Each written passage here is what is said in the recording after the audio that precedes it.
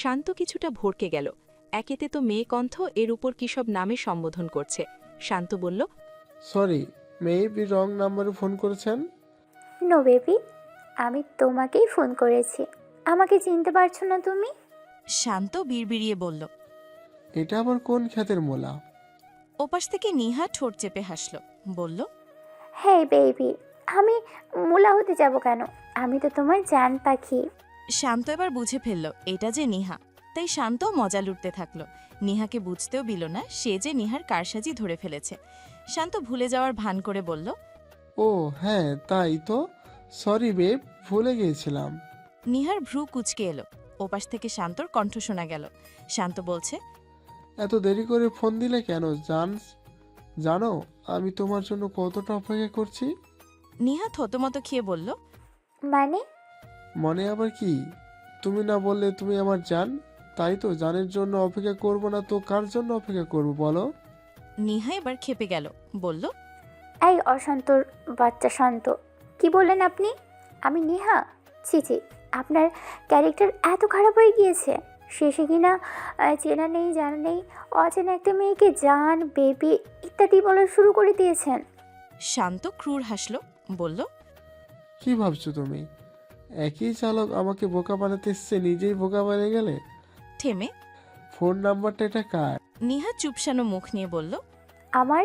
ও তোমার না? আগামীকাল এক্সাম আছে, তাহলে ফোন আক্কেলে এত রাতে ফোন করে ফাজলামো করতে এসেছো নিহা? 5 মিনিটের জন্যই ফোন দিয়েছিলাম, ভেবেছি 5 মিনিট কথা বলেই ঘুমিয়ে যাব। শান্ত ফোনের সময় দেখে নিয়ে বলল, 5 মিনিট ওভার, এবার ফোন রেখে ঘুমাও। কিন্তু কোনো কিন্তু নয়, যদি এখন ফোন রাখো তবে আমি রাখবো আর তোমাকে সব জায়গা থেকে ব্লক মারবো। শুধু তাই নয়, দেখো হলে কথা বলবো না। আরে আরে, আজব, খালি ব্ল্যাকমেল করবে। রাখছি তো, bye. Good girl. Niha phone রেখে দিল। ওপাশ থেকে শান্ত বিড়বিড় করে বলল, পাজি একটা শেয়ার শুধু দুষ্টুর বুদ্ধি, হা। এক্সাম শেষ হওয়ার ঠিক 5 মিনিট পূর্বে রোদেলার কেমন যেন অস্বস্তি লাগছে বিধায় খাতা জমা দিয়ে বেরিয়ে আসে। বাইরে আসতেই যেন আরও খারাপ লাগা শুরু হয়। তার পেট কেমন যেন চিনচিন করে ব্যথা করে ওঠে। এই ব্যথা ক্রমশ যেন বেড়েই যায়। সামনে আগানোর মতো এক ফোঁটা শক্তিও যেন পায় না। সে বেটে হাত দিয়ে ভবনের ফ্লোরেই বসে পড়ে। হলের বয়োজ্যেষ্ঠ শিক্ষিকা সকলের খাতা জমা নিয়ে বেরিয়ে আসতেই ওর এই অবস্থা দেখে দ্রুত এগিয়ে আসেন। রোদেলার এই অবস্থা দেখে তিনি বুঝতে পারেন রোদেলার লেবার পেইন উঠেছে। ভাগ্য ভালো, নিহাও এক্সাম শেষে বের হতেই রোদেলাকে এমন অবস্থায় দেখে দৌড়ে আসে। ম্যাম নিহাকে বলে তাড়াতাড়ি যেন ওর বাসার লোককে খবর দেয়, এখনই হসপিটালে নিতে হবে। নিহা দৌড়ে বাহিরে আসে, জানে বাহিরে রোদেলার শ্বশুরকে পাবে। এইদিকে রোদেলা পেটে হাত দিয়ে আর না পেরে চিৎকার দিয়ে উঠেছে। ম্যাম রোদেলার মাথা কোলে রেখে রোদেলার হাত পা ঘষে দিচ্ছেন যাতে রোদেলা একটুখানি বেটার ফিল করে। নিহা বাহিরে আসতেই দেখল রোদেলার শ্বশুর শাশুড়ি দুইজনেই বাহিরে অপেক্ষা করছেন। নিহা দ্রুত যেয়ে ওনাদেরকে জানালে ওনারা ভেতরে ঢুকে আসেন। যেহেতু পরীক্ষার টাইম শেষ, তাই ভেতরে আসতে কোনো সমস্যা হয়নি। অন্যদিকে আজকে নিহার লাস্ট এক্সাম ছিল বিধায় শান্ত এসেছিল। নিহা শান্তকেও নিয়ে আসে, কারণ রোদেলাকে ধরে আগে গাড়িতে ওঠাতে হবে। শান্ত কলেজে ঢুকতে ঢুকতে গাড়ি খবর দিল আগে। গাড়ি কিছুক্ষণের মধ্যেই এসে পড়ে। এদিকে ধরাধরি করে রোদেলাকে গাড়িতে ওঠানো হয়। রোদেলার পাশে নাজমা বেগম সমানে দোয়া পড়ে যাচ্ছেন, রোদেলাকে সাহস দিয়ে যাচ্ছেন। রোদেলার এমন করুণ অবস্থা দেখে নিহার কান্না এসে পড়ল। মা হওয়া আসলেই বড় কঠিন। প্রসব যন্ত্রণা যে কতটা ভয়ানক সেটা একমাত্র একজন মাই উপলব্ধি করতে পারবেন। সকলে মিলে রোদেলাকে হসপিটালে নিয়ে এসেছেন। অন্যদিকে তাহসিনও মিশনে আছে, যার দরুন তাহসিনকে এই খবর জানাতে পারছে না। তবে এই সময় একটা মেয়ের তার স্বামীর খুবই প্রয়োজন। স্বামীর দেওয়া একটুখানি সাহস, একটুখানি ভরসাও কতটা সাহস যোগায় সেটা তো একজন গর্ভবতী মাই ভালো বলতে পারবেন। প্রায় কয়েক ঘন্টা পর ওটি থেকে ডক্টর বেরিয়ে আসেন। ডক্টরের হাতে সাদা তোয়ালে মোড়ানো একটি জীবন্ত প্রাণ। ডক্টরকে দেখে তাজউদ্দিন মাহমুদ, নাজমা বেগম, শান্ত, নিহা সকলেই এগিয়ে যায়। তাহসিনের চন্টুকে প্রথমে তাজউদ্দিন মাহমুদ কোলে নেন। কোলে নিয়ে তিনি অপলক তাকিয়ে থাকেন। তার সেই পুরনো দিনের কথা মনে পড়ে যায়, যেদিন কিনা এই ফুটফুটে শিশুটার বাবার আগমন ঘটেছিল। এভাবেই ডাক্তার এসে ওনার কোলে দিয়ে বলেছিলেন আপনার ছেলে সন্তান হয়েছে। এই যে আজও যেমন বললেন, অভিনন্দন, আপনাদের নাতি হয়েছে।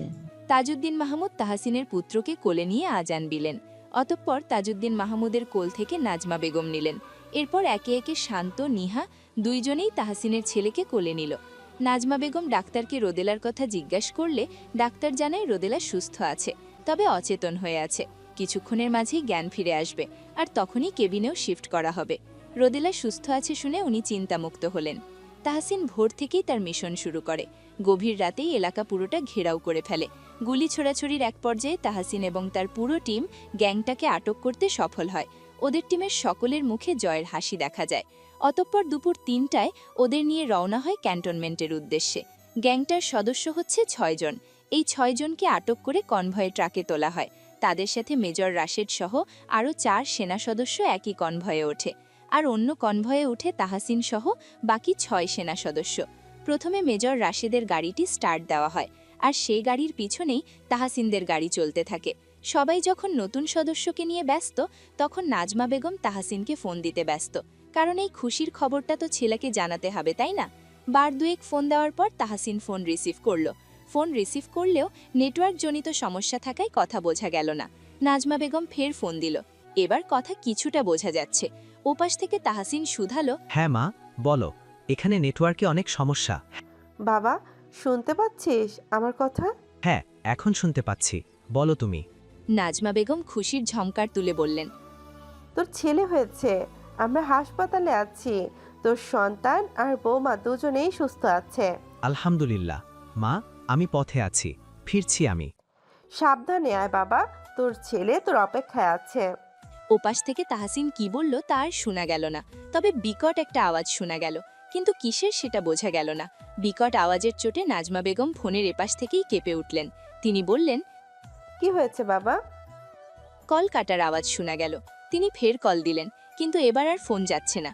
ওপাশ থেকে পরিচিত মহিলা কণ্ঠে ভেসে উঠছে, এই মুহূর্তে আপনার কাঙ্ক্ষিত নম্বরে সংযোগ প্রদান করা সম্ভব হচ্ছে না, দয়া করে আবার চেষ্টা করুন। নাজমা বেগম আরও 2 বার চেষ্টা করলেন, কিন্তু একই কথা ভেসে উঠল। নাজমা বেগমের চিন্তিত আনন্দ তাজউদ্দিন সাহেব লক্ষ্য করে এগিয়ে এলেন, শুধালেন, কি হয়েছে? তাহসিনের সাথে কথা বলছিলাম, হঠাৎ কিসের যেন আওয়াজ হলো, এরপর ওর ফোন বন্ধ। হয়তো নেটওয়ার্কের সমস্যা, চিন্তা করো না। তবুও মনটা কেমন খচখচ করছে। তুমি শুধু শুধুই টেনশন করছো নাজমা, আল্লাহ ভরসা। আল্লাহ আমার ছেলেটাকে সই সালামত ঘরে ফেরাক। নাজমা বেগম মনে মনে ছেলের জন্য দোয়া করতে থাকলেন। যতই হোক মায়ের মন তো, ছেলের জন্য কারণে অকারণে চিন্তা হবে, এটাই স্বাভাবিক। রোদেলাকে কেবিনে শিফট করা হয়েছে। কেবিনে শিফট করার পরেই নাজমা বেগম রোদেলার ছেলেকে কোলে নিয়ে কেবিনে ঢুকেন। এরপর একে একে শান্ত, নিহা, তাজউদ্দিন মাহমুদও কেবিনে আসেন। রোদেলা ওদেরকে দেখে কান্না ভেজা চোখে তাকিয়ে রইল। নাজমা বেগম রোদেলার ছেলেকে রোদেলার পাশে শুইয়ে দিয়ে রোদেলার মাথায় হাত বুলিয়ে দিলেন। বললেন, তাহসিন আসছে, ওর সাথে কথা হয়েছে? রোদেলা কথাটা শুনে বেশ প্রসন্ন হলো। যাক, তাহলে এই সময়টাতে সে তাহসিনকে দেখতে পারবে। আচ্ছা, তাহসিন ফিরে তার ছেলেকে দেখলে কীরকম অনুভূতি হবে? ছেলেকে যখন কোলে জড়িয়ে নিবে, তার বুক কাঁপবে না? রোদেলা সেই মুহূর্তটার অপেক্ষা করছে, যে মুহূর্তে তাহসিন আসবে, নিজের ছেলেকে দেখে চক্ষু জোড়াবে। রোদেলা ছেলের দিকে তাকালো, আলতো জড়িয়ে ধরল। এই প্রাণটাকে সে জন্ম দিয়েছে, এটা তার অংশ, তার নারী ছেঁড়া রত্ন। রোদেলার চোখের কোণে পানি জমল। বাচ্চাটা কেমন চোখ পিটপিট করে রোদেলার দিকে তাকিয়ে আছে। 17 বছর বয়সে কারো স্ত্রী হলো, আর 19 বছর বয়সে মা হয়ে গেল। সময় কতই না দ্রুত বয়ে যায়। নিহা রোদেলার পাশে এসে শুধালো, রোদ, আমাদের কিউট প্রিন্সের নাম কি রাখবে? রোদেলা তাকিয়ে বলল, সেটা ওর বাবা এসেই বলবে। যদিও আমাকে আগে বলে দিয়েছে কি নাম রাখবে, তবে আমি চাই ওর বাবা এসে ওকে কোলে নিয়ে এই নামকরণটা করুক। ওহো, কি ভালোবাসা! ভাইয়া আসছেন, আর কিছুক্ষণ অপেক্ষা। নিহা, শান্ত, রোদেলা কথাবার্তা বলছিল। এইদিকে তাজউদ্দিন মাহমুদ কিছু বলার উদ্দেশ্যে ইশারায় নাজমা বেগমকে বাহিরে ডেকে নিয়ে গেলেন। হাসপাতালের করিডোরের সামনে গিয়ে করুণ কণ্ঠে বললেন, নাজমা, তাহসিনের জন্য দোয়া করো, খবর ভালো না। নাজমা বেগম চিন্তিত কণ্ঠে বললেন, কেন? আমার তাহসিনের কি হয়েছে? ওদের গাড়িতে বোমা হামলা হয়েছে। ওরা তো 2টা গাড়িতেই গিয়েছিল, একটাতে বোমা হামলা হয়েছে। দোয়া করো তাহসিন যেন সে গাড়িতে না থাকে, আমার ছেলেটা যেন প্রাণে বেঁচে যায়। নাজমা বেগম কান্না করে দিয়ে বললেন, দেখেছো, আমি তোমাকে তখনই বলেছিলাম আমার ছেলেটার কিছু হবে না তো? আজ এত আনন্দের দিন, এটা কি সংবাদ দিলে তুমি? তাজউদ্দিন মাহমুদের চোখের কোণে জল জমেছে। উনি নিজেকে সামলে বললেন, আমি যাচ্ছি, তুমি এই দিকটা সামলাও। আর হ্যাঁ, বৌমাকে এখন ওই খবরটা দিও না, ওকে এই অবস্থায় সামলানো যাবে না। আল্লাহকে ডাকো নাজমা, আমি আসছি। সংবাদ মাধ্যমের প্রতিটি চ্যানেলের মুখ্য খবর এখন একটাই, সেটা হচ্ছে সেনাবাহিনীর গাড়িতে বোমা হামলা। অস্ত্র পাচারকারীদের আটক করে ফেরার পথেই এই হামলা ঘটে। এতে গাড়িতে থাকা সকলের মৃত্যু হয়।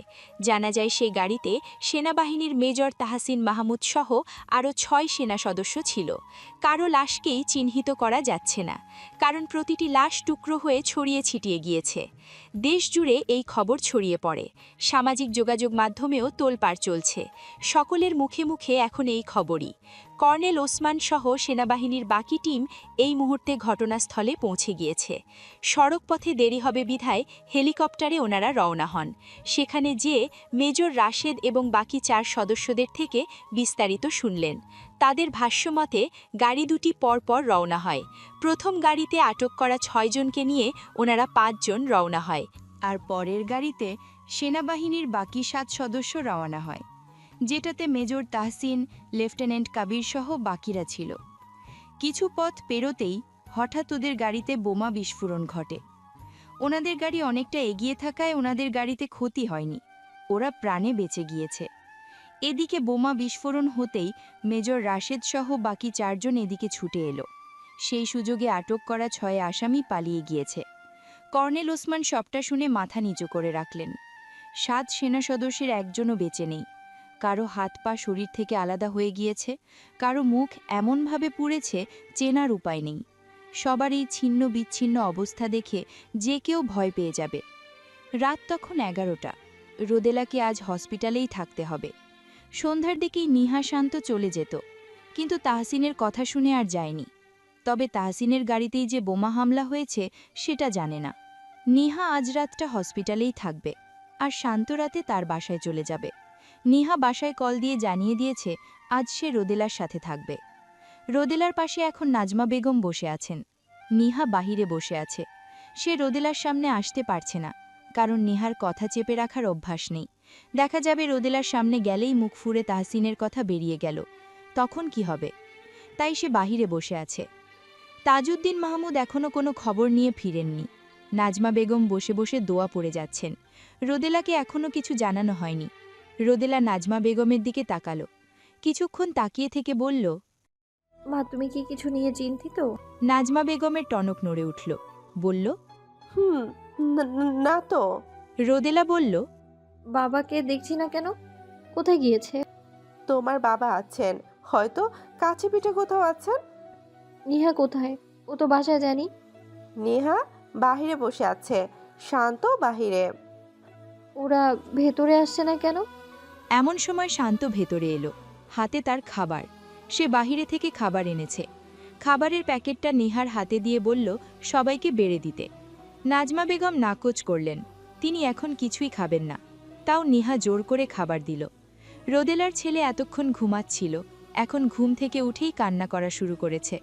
শান্ত ওকে কোলে নিয়ে বসে আছে। সবার মতিগতি রোদেলার কাছে ভালো ঠেকছে না। সবাই তার থেকে কিছু লুকাচ্ছে, সেটা ভালো করে বুঝতে পারছে, কিন্তু কী লুকাচ্ছে সে বুঝতে পারছে না। রোদেলা নাজমা বেগমের উদ্দেশ্যে শুধালো, মা, উনি কখন আসবেন? নাজমা বেগমের বুকটা যেন মোচড় দিয়ে উঠল, দলা পাকিয়ে যেন কান্না আসছে। নাজমা বেগম কিছু বলার আগে শান্ত বলল, ভাইয়া আসবে তো, পথে আছে। ও। খাবার পাতেই তাজউদ্দিন মাহমুদের ফোন এলো। নাজমা বেগম ফোন রিসিভ করতেই তাজউদ্দিন মাহমুদ কান্না করতে করতে বললেন, নাজমা, আমাদের ছেলে আর নেই। সে যে গাড়িতে ছিল, ওই গাড়িতে বোমা ব্লাস্ট হয়েছে। কারো লাশই নাকি চেনাই যাচ্ছে না, সবার লাশ ছিন্ন ভিন্ন হয়ে গিয়েছে। তাহসিন আর ফিরে এলো না। নাজমা, আমাদের ছেলে আমাদের কাছে ফিরে এলো না। নাজমা বেগম গগন বিদারী চিৎকার দিয়ে কান্না করে উঠলেন। নাজমা বেগমের কান্না শুনেই শান্ত আর নিহা বুঝে গিয়েছে। এইদিকে রোদেলা উতলা হয়ে গেল, বলল, এই মা, তুমি কান্না করছো কেন? কি হয়েছে? নাজমা বেগম খাবার রেখে রোদেলাকে এসে জড়িয়ে ধরে বললেন, আমার ছেলেটা আর নেই রে মা, আমি কাকে নিয়ে বাঁচবো? আমার তাহসিন আমাদেরকে ছেড়ে চলে গিয়েছে। রোদেলা তোতলাতে তোতলাতে বলল, কি বলছো তুমি এইসব? কি কি আবোল তাবোল বলছো? তোমার ছেলে নেই মানে কি? উনি তো ফিরছেন। তুমি বলছো না উনি ফিরছেন? তুমি বলেছো না? তাহলে এখন কেন এমনটা বলছো? নাজমা বেগম কান্নার জন্য কিছু বলতে পারছেন না। এইদিকে খবরটাতে শান্তর বুটটাও কেমন কেঁপে উঠল। আজ সন্তানের জন্ম হলো, সে একই দিনে প্রায় একই সময় বাবার মৃত্যুর খবর এলো। পৃথিবী এতটা নিষ্ঠুর কেন? নাজমা বেগম সমানে আহাজারি করে যাচ্ছেন। ওইদিকে নিহাও কান্না করছে। সে কান্না করতে করতে রোদেলাকে সবটা জানালো। রোদেলা পুরো ঘটনা শুনে কেমন স্তব্ধ হয়ে গেল। ঝড় আসার পূর্ব মুহূর্তে প্রকৃতিটা কেমন যেন ভয়ঙ্কর নীরব হয়ে যায়, ঠিক তেমনটাই যেন রোদেলা হয়ে গিয়েছে। রোদেলা হয়তো কান্না করতে চাইছে, কিন্তু তার ভেতর থেকে কান্না বেরোচ্ছে না। কান্না করতে যেন সে ভুলেই গেল। এই তো গতকালই তো মানুষটা তার থেকে দূরে গেল, যাওয়ার পূর্বে ভালোবাসার স্বীকারোক্তিটাও দিয়ে গেল, এমনকি কথাও দিয়ে গিয়েছিল সে ফিরে আসবে। ক্ষত স্বপ্ন বুনেছিল না তারা? তাহলে এখন সবাই কেন বলছে তার মাহমুদ সাহেব আর নেই? মাহমুদ সাহেব কথা খেলাফ করার মানুষ তো নয়, তাহলে কেন এমনটা বলছে? মাহমুদ সাহেব তার পুত্রকে কোলে নিবে না? যার জন্য গত 9টা মাস অপেক্ষা করেছিল, তাকে ছুঁয়ে দেখবে না? ছেলেটা তার বাবার কোলে চড়ে বাবাকে দেখবে না? কি সব ভুলভাল কথা বলছে এরা। নিহা রোদেলাকে ধরে কান্না ভেজা গলায় বলল, রোদ, এভাবে চুপ করে থেকো না, কান্না করে মনটা হালকা করো, ভাগ্যকে মেনে নাও। রোদেলা অনেকটা সময় চুপ করে থেকে বলল, মাহমুদ সাহেব ফিরবে, ঠিক ফিরবে।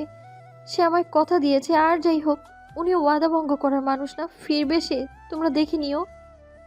রোদেলার কথা শুনে নাজমা বেগম আরও চিৎকার দিয়ে কেঁদে উঠলেন। এদিকে শান্ত কি করবে বুঝে উঠতে পারছে না। পরিবেশটা মুহূর্তেই কেমন ভয়ঙ্কর হয়ে গিয়েছে। রোদেলার ছেলেও কান্না করে যাচ্ছে। তাহসিন তার কাছের কেউ নয়, অথচ এই কদিনে তাহসিন, রোদেলা ওরা যেন শান্তর আপন হয়ে গিয়েছে। এই যে তাহসিনের মৃত্যুর খবর তাকেও পোড়াচ্ছে। তারও ইচ্ছে করছে সবার কত কান্না করতে, কিন্তু সে তা পারছে না, কারণ সে যে পুরুষ মানুষ। পুরুষদের কাঁদতে নেই। শান্ত তাহসিনের ছেলের দিকে তাকালো। ছেলেটা বোধহয় বাবা হারানোর খবরটা টের পেয়ে গিয়েছে। আহারে, কি করুণ ভাগ্য! আজ তার জন্ম হলো, আর আজই তার বাবাকে হারালো। না তার বাবা তাকে দেখতে পেল, না সে তার বাবাকে দেখতে পেল। প্রকৃতি এতটা নিষ্ঠুর কেন? 1 সপ্তাহ পর রোদেলাদের কাছে নোটিশ আসে কোয়ার্টার ছাড়ার জন্য। রোদেলা কোয়ার্টার ছাড়তে নারাজ। এইখানে তাহসিনের সাথে কত শত স্মৃতি জমে আছে, ভালো মুহূর্তগুলোর সাক্ষী আছে এই কোয়ার্টার, আর সেখানে কিনা এটা ছেড়ে দিতে হবে। আজ সন্ধ্যায় কর্নেল নিজে এলেন ওদের কোয়ার্টারে, ওদের সাথে দেখা করতে। রোদেলাকে অনেক বোঝালেন এখানে থাকার নিয়ম নেই, আগামী 2 দিনের মধ্যে এই কোয়ার্টার ছেড়ে দিয়ে নিজেদের বাসায় চলে যেতে। আর তিনি রোদেলাকে আশ্বাস দেন রোদেলা যখন ইচ্ছে তখনই এই ক্যান্টনমেন্টে আসতে পারবে, এসে কিছুক্ষণের জন্য ঘুরে যেতে পারবে, কেউ বাধা দিবে না। কর্নেল নিজের কথা শেষ করে চলে যান। রোদেলা চুপচাপ বসে থাকে। নাজমা বেগম চোখের পানি কাপড়ের আঁচলে মুছে নিজের রুমে চলে যান। তাজউদ্দিন মাহমুদও চুপচাপ উঠে যান। এদিকে রোদেলা চুপ করে বসেই আছে। ঘরে তার ছেলে রুহান ঘুমাচ্ছে। তাহসিনের মৃত্যুর খবর যেদিন পেয়েছে সেদিন থেকেই রোদেলা একদম চুপচাপ হয়ে গিয়েছে। কারো সাথেই তেমন কথা বলছে না, কারোর সামনে একটু কান্নাও করছে না। কেমন পাথরের মতো শক্ত হয়ে গিয়েছে। কেউ ওর সামনে কান্না করলেও কান্না করতে বারণ করে সে, কারণ তার মাহমুদ সাহেব ফিরবে। কারো সামনে কান্না না করলেও সে সবার অগোচরে ঠিকই কান্না করে। ওয়াশরুমে যেয়ে পানির কল ছিঁড়ে দিয়ে চিৎকার করে কান্না করে, যাতে পানির আওয়াজে তার কান্নার আওয়াজ আর বাহিরে বের না হয়। কান্না শেষে চোখ মুখ ধুয়ে আবার বেরিয়ে আসে। নাজমা বেগম যখন তখনই কান্না করছেন। ছেলেকে হারিয়ে তাজউদ্দিন মাহমুদও ভেঙে পড়েছেন। ছেলের এমন করুণ মৃত্যু মেনে নিতে পারছেন না। ছেলের লাশটুকুও দেখতে পেলেন না। এই খণ্ডগলিত লাশ খালি চোখে শনাক্ত করা কি সম্ভব? বাবা হয়ে নিজের সন্তানের এমন মৃত্যু কি করে মেনে নেবেন তিনি? এদের এই বাসাটা কেমন যেন মৃত্যুপুরী হয়ে গিয়েছে। সব সময় নিস্তব্ধতায় ঘিরে থাকে। শুধু নিস্তব্ধতা ভাঙে তাহসিনের ছোট্ট বাচ্চাটার কান্নার আওয়াজে।